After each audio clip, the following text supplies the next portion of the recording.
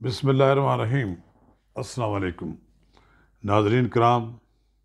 जैसा कि आप जानते हैं कि जूँ जूँ तहरीक अदम एतमाद की डेडलाइन ख़त्म हो रही है तो सियासी जमातों के दरमियान राब्ते बढ़ रहे हैं।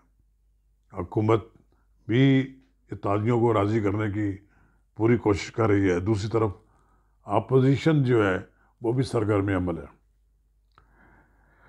ताज़ा तरीन सूरत हाल ये है कि चौधरी बरदरान ने फैसला कर लिया है अपोजिशन का साथ देने का।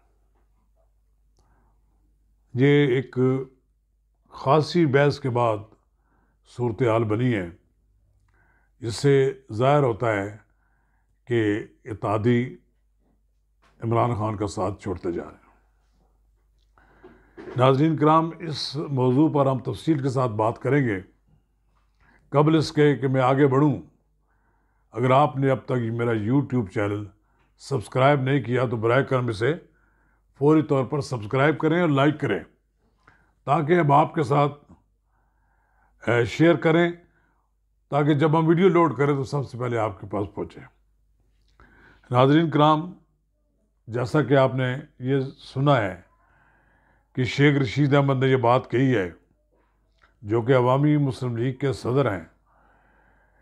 उन्होंने अजीब बात की है कि 5 नशिस्तों वाली पार्टी हमें ब्लैकमेल कर रही है। उन्होंने अगरचे नाम तो नहीं लिया, लेकिन 5 नशिस्तों वाली जमात वो पाकिस्तान मुस्लिम लीग काफ है। मुस्लिम लीग काफ ने अपोजिशन से भी ये बात कही और यही बात उन्होंने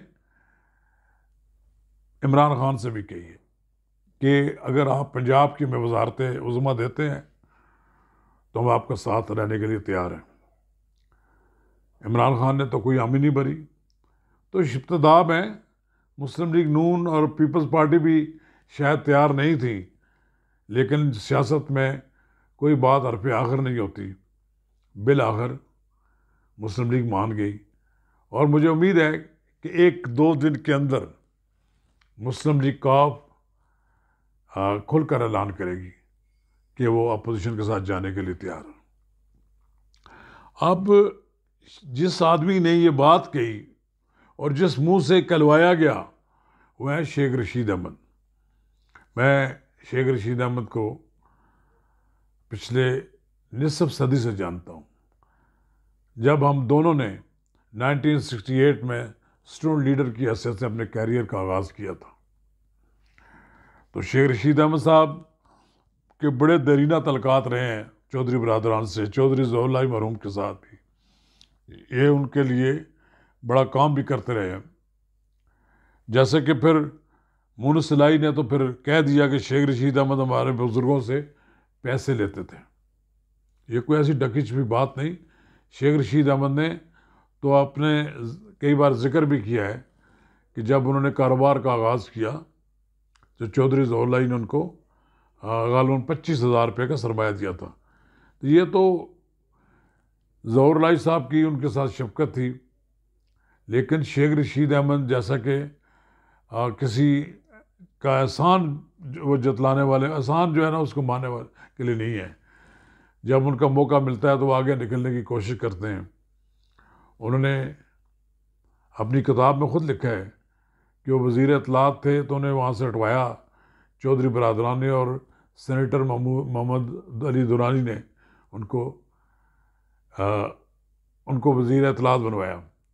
ये मुझे याद है कि जिस रात मोहम्मद अली दुरानी की शेख रशीद से बात हुई तो मोहम्मद अली दुरानी ने वज़ीर इत्तलात बनाए जाने से लाइलमी का इज़हार किया। तो उसी रात मेरी शेख रशीद अहमद से बात हुई तो मैंने उनको बताया कि शेख साहब आपकी छुट्टी हो गई है, मेरी अभी मोहम्मद अली दुरानी से बात हुई है और वो वज़ीर इत्तलात आ रहे हैं। शेख साहब की चपकलिश इनके साथ इस मामले में रहती रही है। वो पाकिस्तान मुस्लिम लीग काफ, वो जो सरकारी पार्टी थी, उसके सेक्रेटरी जनरल बनना चाहते थे। चौधरियों ने उसको नहीं बनने दिया। फिर चौधरियों ने कई मौके पर शेख साहब को कहा कि वो अपनी अदूद अदरबे में रहें, कहीं आगे निकलने की कोशिश न करें। तो ये अब या तो बात बड़ी क्लियर है कि ये शेख साहब ने जो कैलकुलेटेड एक बात की है मुस्लिम लीग काफ वालों के बारे में कि 5 नशिस्तों की जो पार्टी है वो हमें ब्लैकमेल कर रही है, ये तो तर्जमान के तौर पर इन्होंने बात की है। जो शेख रशीद साहब तर्जमान हैं इमरान खान के, जो जिस तरह जी चाहते हैं वो बातें उनके बारे में करते हैं, तो एक बात तो बड़ी क्लियर होगी कि मुस्लिम लीग काफ जा रही है अपोजिशन के साथ। अभी एमक्यूएम के खुलकर बात नहीं की, लेकिन कहा जाता है कि एमक्यूएम ने भी मामला तय कर लिए हैं, उनके लिए भी गवर्नरशिप और उनके लिए बहुत सी और बातें पीपल्स पार्टी में मान गई है। जब गिव एंड टेक होता है, ये तो लेन देन का मामला है, पार्टियां अगर अफोर्ड कर सकती हैं तो हो जाता है। मुझे तो ऐसा नज़र आता है कि पीपल्स पार्टी, मुस्लिम लीग नून, तहरीक अदम एतमाद को कामयाब बनाने के लिए वो बात भी कबूल कर लेगी जो आम हालात में शायद करने के लिए तैयार ना हो। और मुझे लगता है कि अभी पंजाब में सूरत हाल तब्दील हो जाएगी, वहाँ भी वोट ऑफ नो कॉन्फिडेंस आ जाएगी। अभी तहरीक अदम एतमाद स्पीकर के ख़िलाफ़ भी आएगी और डिप्टी स्पीकर के ख़िलाफ़ भी आएगी। फिर सीनियर तरीन रुकन जो होगा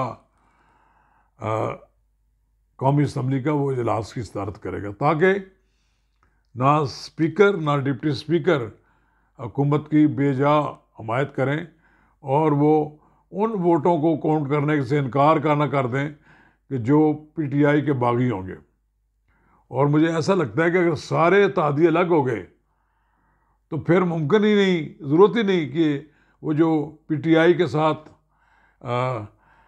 जो लोग बागी हो गए हैं उनके वोटें काउंट करने की ज़रूरत ही ना पड़े, क्योंकि इत्तेहादी अगर अलग हो गए और वो अपोजिशन को वोट उन्होंने दे दिया तो इस बात का कभी इम्कान है कि इत्तेहादियों के अलग होने के बाद इमरान खान साहब की छुट्टी हो जाएगी। इमरान खान साहब की छुट्टी क्या है, उनकी तो इस वक्त आसान ख़ता है और वो गुस्से के आलम में अपने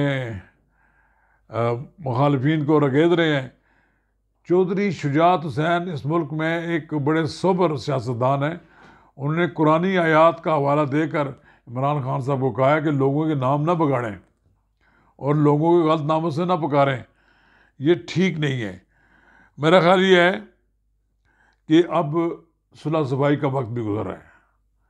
अब एक ही रास्ता रह जाएगा इमरान खान साहब के लिए और वो रास्ता है इस्तीफे का। अब वो ना असम्बली तोड़ सकते हैं ना कुछ और कर सकते हैं। अब ये कौमी असम्बली में तहरीक अदम एतमाद आकर रहेगी। इमरान खान साहब ने भी वोटिंग से अब एक दिन पहले कहा है कि हम जलसा करेंगे, 10 लाख लोग खड़े करेंगे, तो अपोजिशन ने कहा हम 20 लाख लोग खड़े कर देंगे, इकट्ठे कर देंगे। अब ये 10 लाख या 20 लाख जब लोग यहाँ इकट्ठे होंगे, वो जो लॉन्ग मार्च होना था वो ये लॉन्ग मार्च ही हो जाएगा। फिर इसका मतलब आमने सामने होंगे। पीपल्स पार्टी, मुस्लिम लीग नून और JUI के सारे लोग इकट्ठे होंगे एक तरफ, दूसरी तरफ PTI के लोग होंगे, हुकूमत होगी, तो एक बहुत बड़ा तसादम होने वाला है।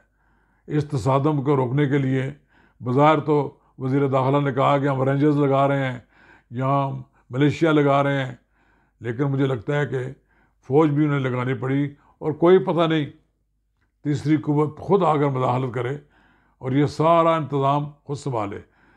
अब इस वक्त कोई बड़ा फ़ैसला करने की पोजीशन में नहीं है इमरान खान। इमरान खान साहब के ख़िलाफ़ तहरीक अदम एतमाद आ चुकी है और जब तहरीक अदम एतमाद आ जाए तो कोई वो बड़ा फ़ैसला करने की पोजीशन में नहीं होते। अब उनका हुक्म नहीं चलना चाहिए, उन्हें तहरीक अदम एतमाद की मंजूर होने या ना मंजूर होने तक इंतज़ार करना चाहिए। बहरहाल नाज़रीन इकराम, आप देखेंगे 1-2 दिन में सूरत हाल बिल्कुल क्लियर हो जाएगी और इमरान खान साहब को जाना पड़ेगा। शुक्रिया।